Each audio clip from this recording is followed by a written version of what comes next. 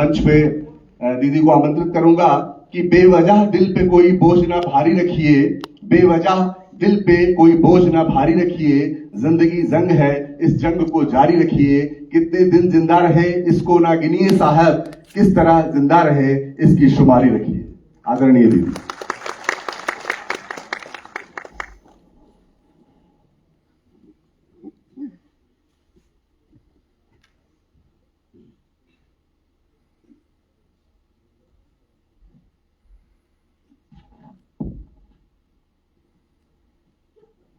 ओम शांति।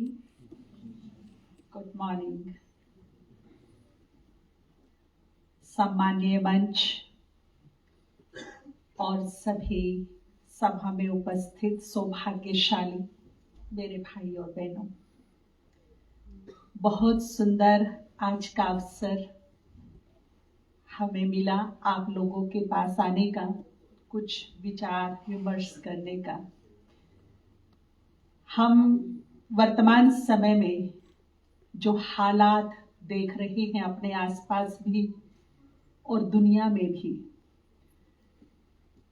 उसमें एक डिमांड है इस समय की कि हम कुछ पॉजिटिविटी से जुड़े स्पिरिचुअल एनर्जी को अपने अंदर लेकर के आए, और इसके लिए जरूरी है मेडिटेशन।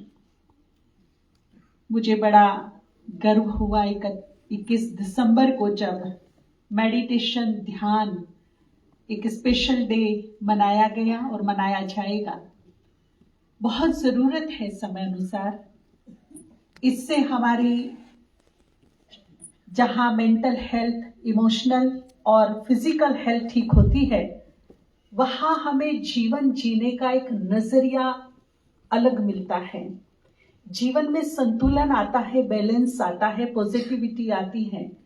हमारी सोच सकारात्मकता के साथ साथ शक्तिशाली बनती है, जिससे हम आए दिन जीवन में जो प्रॉब्लम्स आती हैं, ऑब्स्टिकल हमारी लाइफ में आते हैं, उन्हें हम एक पेपर समझ करके, एग्जाम समझ करके क्रॉस करते हैं हंसते हंसते।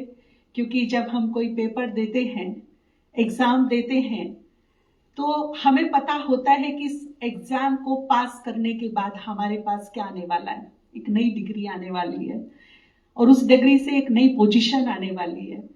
तो ये चीजें जो हम विचलित हो जाते, घबरा जाते, फियर में आ जाते, एंजाइटी हो जाती, डिप्रेशन हो जाता है या रात को नींद फिट जाती है, ये छोटी छोटी बातें हैं, बहुत बड़ी बातें नहीं होती हैं, लेकिन हम सोच सोच के उनको बड़ा कर देते हैं। बात बहुत छोटी होती है, हमारा जो सोचने का दिन रात का उसका तरीका नेगेटिव है, वो इनको बहुत बड़ा कर देता है। तो मेडिटेशन क्या करता है, हमारी सोच को सबसे पहले पॉजिटिव करता है, ओवर थिंकिंग को रोकता है। हम जो चाहेंगे वही हमारे मन में विचार उत्पन्न होंगे, ऐसी कमांड हमारे मन पर आ जाती है। तो जो हम राजयोग मेडिटेशन सिखाते हैं देश विदेश में, 140 देशों में भी हमारी ये संस्था काम कर रही है। और आप समझ सकते होंगे कि विदेशियों का जीवन कैसा होता है, लेकिन वो अपने जीवन को शुद्ध, सात्विक, प्योर बना करके बड़े खुशहाल जीवन जी रहे हैं, व्यसन मुक्त होकर के, केवल इस मेडिटेशन की पावर से, शक्ति से। मुझे बताते हुए आप सभी को बड़ा हर्ष हो रहा है कि हमारा हेडक्वार्टर राजस्थान माउंट आबू में है। वो हिल स्टेशन है, हजारों लोग डेली टूरिस्ट वहां आते हैं विजिट करने के लिए, घूमने फिरने के लिए, एंजॉय करने के लिए। बहुत पीसफुल हिल स्टेशन है, बहुत ही सुंदर सनसेट, एशिया का नंबर 1 वहां होता है, बड़ा आकर्षण है लोगों को। वो तो सब है, परंतु ब्रह्मा कुमारी इसका हेडक्वार्टर भी हाईलाइट है वहां पर। और लोगों का ये एक्सपीरियंस है कि जब हम इस कैंपस में आते हैं तो हमारे विचार ऑटोमेटिकली पॉजिटिव हो जाते हैं, चेंज हो जाते हैं, मन बिल्कुल शांत हो जाता है। और उस कैंपस में अगर कोई 2-3 दिन बिता दे तो वो दिन और तारीख भूल जाता है कि आज कौन सा दिन है, क्या तारीख है आज, वो भी भूल जाता है। मन अपने आप साइलेंस की ओर चलने लगता है। दूसरी बात, लोगों का अनुभव है कि यहाँ की हवाओं में भी दिव्यता है। सुंदर स्थान तो बहुत है विश्व में, एक से बढ़ के एक मिल जाएगा, परंतु जहां शांति हो, सुकून हो, वहां अलग ही बात होती है। हमारे कल सूरज भाई यहां आए हुए थे, उनके फ्रेंड DRDO के डायरेक्टर हैदराबाद से, वो रिटायर्ड हुए और उनकी मिसेज एक्सपायर हो गई। नो डाउट कि थोड़े डिस्टर्ब हुए, लंबा साथ था, एकदम साथ छूटा तो मिसिंग हुई वाइफ की, तो थोड़ा टेंशन में रहते थे। उन्होंने फोन किया सूर्य भाई जी को कि मेरा मन बड़ा अशांत है, मेरा जीवन साथी मेरा साथ छोड़ के चला गया, मैं बहुत ही अकेलापन फील करता हूँ, उदास रहता हूँ, क्या करूं। तो हमारे सूर्य भाई जी ने उन्होंने कहा कि आप एक बार माउंट आबू आइए, यहाँ आके आपका सब ठीक हो जाएगा। तो उन्होंने स्वीकार किया और वो आ गए। जब वो आए तो बोला मैं माउंट आबू पहुंच गया हूं, आपसे कब मिलूं। तो उन्होंने कहा आइए 9 बजे बैठ के बातें करते हैं। 9:30 बज गए, 10 बज गए, फोन किया, आप कहाँ हो? कहता मैं डाइनिंग में चाय पी रहा हूं। अच्छा इतनी देर, 9 से 10 बज गए, इतनी देर हो गई, बात कब करेंगे? कहता पता नहीं, मैं जब से यहां आया हूं मेरा चित्त शांत हो गया है, मैं जिस चेयर पे बैठा हूं मेरा यहां से उठने को मन ही नहीं कर रहा, इतना आनंद मुझे आ रहा है, इतना सुकून मुझे मिल रहा है, इतनी राहत मिल रही है कि मेरा उठने को मन नहीं कर रहा है यहां से। क्या था भाइयों बहनों, एक बार जीवन में मौका मिले तो जरूर आइए और वहां की हवाओं में दिव्यता को महसूस कीजिए, जहां हजारों ब्रह्मचारी रहकर साधना करते हैं, जिनके 99% पॉजिटिव थॉट्स वहां पर एक हाई एनर्जी को क्रिएट करते हैं। वो रियली ऐसा स्थान है कि लोग दारू पीकर आते हैं, हाथ में सिगरेट सुलगाए आते हैं, उनको बोलते हैं छोड़ दो, नहीं हम नहीं छोड़ेंगे। लेकिन जब वो कैंपस घूमते हैं फिर उनको बोलते हैं, उनका ओपिनियन लेते हैं कि आपको कैसा लगा, बहुत अच्छा लगा, बहुत अच्छी एनर्जी है। अच्छा अभी क्या करेंगे? आप स्व इच्छा से ये जो सिगरेट का बॉक्स आपके जेब में है या आपके अंदर जो भी व्यसन है, खोटे सिक्के हैं, छोड़ सकते हो। और मैं आपको बताऊं, मुझे बड़ा प्राउड फील हो रहा है उस स्थान के लिए कि 1 महीने में लाखों लोग वहां से दारू मुक्त, सिगरेट मुक्त, जो भी व्यसन है, लाखों लोग मुक्ति को पा रहे हैं, व्यसन मुक्त हो रहे हैं। मैं चाहूंगी इस अपॉर्चुनिटी, जो इतनी सुंदर बात मैंने आपको कही, उसके लिए एक बार ताली तो बजाइए। ऐसे ऐसे लोग हमारे पास हैं जिनके लीवर बिल्कुल फेल हो गए थे, डॉक्टर ने कह दिया था कि अगर तुमने ड्रिंक करना नहीं छोड़ा तो मर जाओगे। वो मरना स्वीकार किया उन्होंने, पर ड्रिंक छोड़ना स्वीकार नहीं किया। माउंट आबू के कैंपस में आए, 3 दिन रहे और स्वेच्छा से बोतल फेंक दी। आज वो जीवित हैं, ठीक हैं, बहुत ही सुंदर काम कर रहा है मेडिटेशन। 1, 2, 3 दिन के मेडिटेशन से ही रिजल्ट मिलने शुरू हो जाते हैं। एक्चुअली होता क्या है, हमारे ब्रेन के अंदर एक नई कहेंगे माइंडसेट तैयार होता है, एक नया प्रोग्राम बनता है, उससे हमारे विचार बदलते हैं, हमारे मन की एनर्जी बदलती है, कुछ रिएक्शंस होते हैं हमारे थॉट्स के थ्रू ही। हम जो देखते हैं, जो इमेजिन करते हैं, विजुअलाइज करते हैं और थॉट्स क्रिएट करते हैं पॉजिटिव, तो अंदर बाहर कुछ रिएक्शंस शुरू होते हैं। इसका जीता जागता मैं आपको अनुभव करवा सकती हूं। करेंगे आप सभी? करेंगे? मैं जो बोलूं आपको, आप वैसा ही सोचना, वैसा ही देखना, वैसा ही फील करना। तो अभी सभी आंख बंद करके बैठ जाइए, आंख बंद करके बैठ जाइए सभी। अभी अपने मन बुद्धि से अपने घर में जाइए, जहां आप रहते, मेन गेट खोलकर एंटर कर लीजिए अपने घर में। घर में एंटर होने के बाद किचन में जाइए, जहां आपका किचन है, खाना बनता है। वहां सामने देखिए कुछ लेमन्स पड़े हैं, नींबू। एक नींबू और नाइफ उठाइए, इसके 2 टुकड़े कीजिए, नींबू पर ताजी ताजी बूंदे देखिए, खट्टा खट्टा रस। अब इस पूरे नींबू को अपने मुख में निचोड़ लीजिए, अच्छे से निचोड़िए, इसकी खटास को फील कीजिए और देखिए आपकी जीभ पर कितना सलाइवा आ गया है। फील करते रहिए इस नींबू के रस की खटास को। अब आंखें खोल दीजिए, खोल दीजिए आंखें। किस किस की जीभ पर पानी आया? आया? था क्या आपके पास नींबू?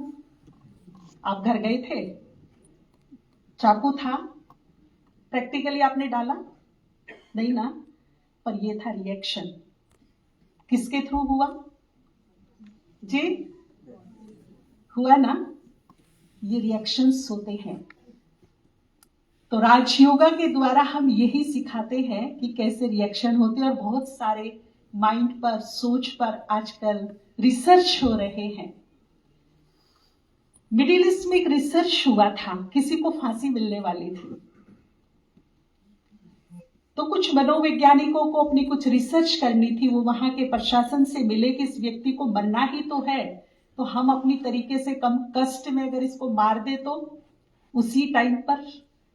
तो प्रशासन ने इजाजत दी कि मरने वाले से पूछ लो अगर वो रेडी हो तो वो उनके पास गए और कहा कि भाई तूने जो भी क्राइम किया, अब जाते जाते कुछ अच्छा काम कर जाए। हम तुझे कोबरा सांप से डसवा करके मारेंगे और विदिन 30 सेकंड में विदाउट कष्ट तुम सो जाओगे आराम से, चैन की नींद, कष्ट नहीं होगा तुम्हें, तड़पोगे नहीं, तो तुम हमें मदद करो। तो उसने कहा ठीक है, मैं ऐसे मरने के लिए तैयार हूं। तो कहा ठीक, कल अगले दिन जब तुम्हें फांसी लगेगी उसी टाइम हम आएंगे एक जहरीले विषैले सांप को लेकर के। अब देखिए, जिसको कल 10 बजे फांसी लगनी है वो सोया होगा क्या? क्या सोच रहा होगा? वो बार बार उसकी नजरों के सामने क्या आ रहा होगा जी? बातें करेंगे हम आपस में एक दूसरे से, क्या आ रहा होगा उसके सामने? सांप, कोबरा, कैसे काटेगा, दम घुटेगा, कैसे प्राण निकलेंगे, भय। नींद तो उसे नहीं आई होगी। अगले दिन जैसे ही 10 बजे टीम आई, एक टोकरी में बहुत ही जहरीला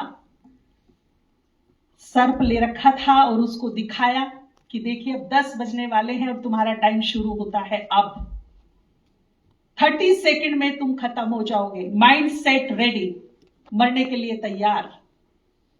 1 2 3 सांप आगे बढ़ा, फना उठाया, 5 6 7 और 9 बोलते ही मुंह पे काला कपड़ा, और 10 बोलते ही सांप को हटाया, आलपिन चुभाया, और 30 सेकंड में ऑन द स्पॉट खत्म।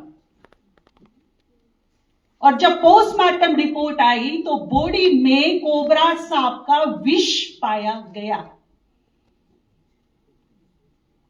यह है संकल्पों का जादू, यह है सोच का जादू। अब मैं आपसे कहती हूं, अगर सोचने से और इमेजिन करने से मैं अपने अंदर विष पैदा कर सकती हूं,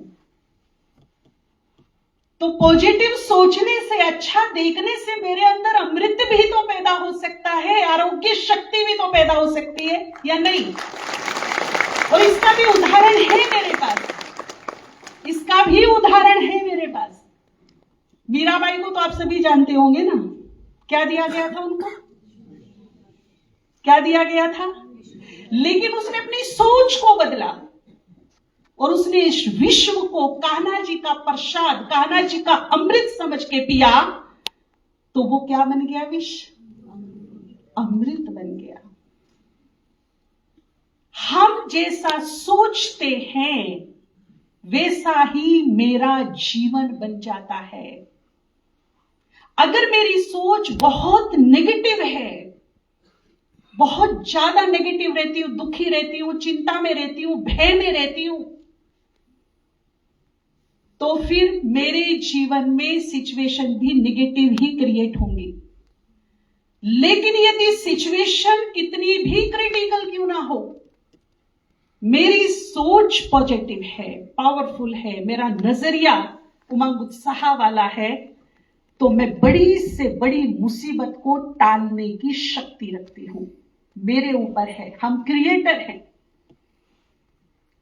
हम क्रिएटर हैं। परिस्थितियां क्या हैं, समस्याएं क्या हैं, कमजोर मन की रचना है केवल। और यदि powerful mind, powerful thoughts, powerful चिंतन हम रखें तो बड़ी से बड़ी समस्या का समाधान मिल सकता है। संसार में ऐसी कोई समस्या नहीं जिसका समाधान ना हो।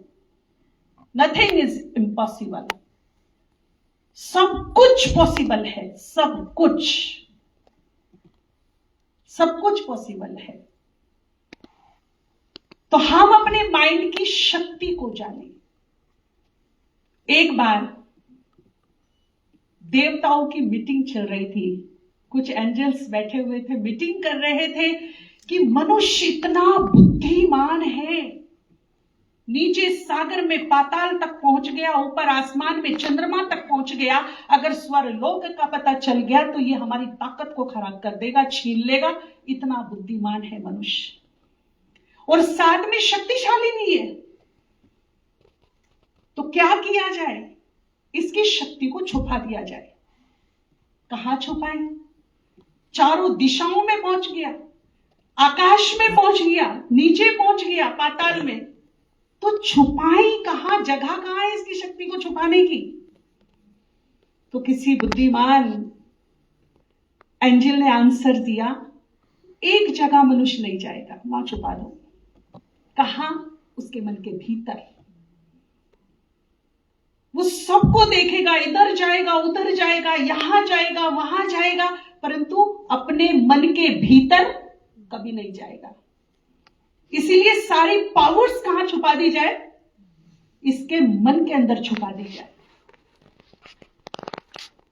तो भाइयों बहनों, आज मैं आपसे एक बात कहना चाहूंगी कि आप बहुत पावरफुल हो, बहुत शक्तिशाली हो, अनंत शक्ति से भरपूर हो, अनंत शक्ति से। बस अपनी शक्तियों को खोजिए, उन्हें एक्टिवेट कीजिए, उनसे रोज हाय हेलो कीजिए, उनसे फ्रेंडशिप कीजिए, और फिर जीवन में चमत्कार देखिए। तो राजयोगा मेडिटेशन क्या करता है? हमें उस मन के अंदर तक लेकर जाता है। वहां हम अपनी शक्तियों को नॉक करते हैं, उन्हें जागृत करते हैं, एक्टिवेट करते हैं। और जब ये शक्तियां जागृत होती हैं, एक्टिवेट होती हैं, तो बड़ी से बड़ी परिस्थिति पर भारी पड़ जाती हैं। विजय मेरी होती है। मैं विजयी भव का वरदान रोज खुद को देती हूं। फिर दुनिया में ताकत नहीं कि कोई मुझे हरा सके। फिर अनोखी पावर है, और इसका जीता जागता उदाहरण है हमारे पास। हनुमान जी सागर पार करने जा रहे थे। सुना होगा आपने, रामायण देखी होगी, बहुत चली है टीवी पर। जब सागर पार करके लंका जा रहे थे तो वो अपनी शक्तियां भूल गए, विचलित हो गए, मायूस हो गए। इतना विशाल सागर मैं कैसे पार करूं? क्योंकि उन्होंने बचपन में अपनी शक्ति के बलबूते एक समाधिस्थ ऋषि से श्राप ले लिया था। वो समाधिस्थ ऋषि को कभी ऊपर बिठाते, कभी नीचे, कभी ऊपर, कभी नीचे, एक हाथ से। तो उन्होंने श्राप दे दिया कि तूने मेरी तपस्या भंग की है तो अपनी शक्ति को भूल जा।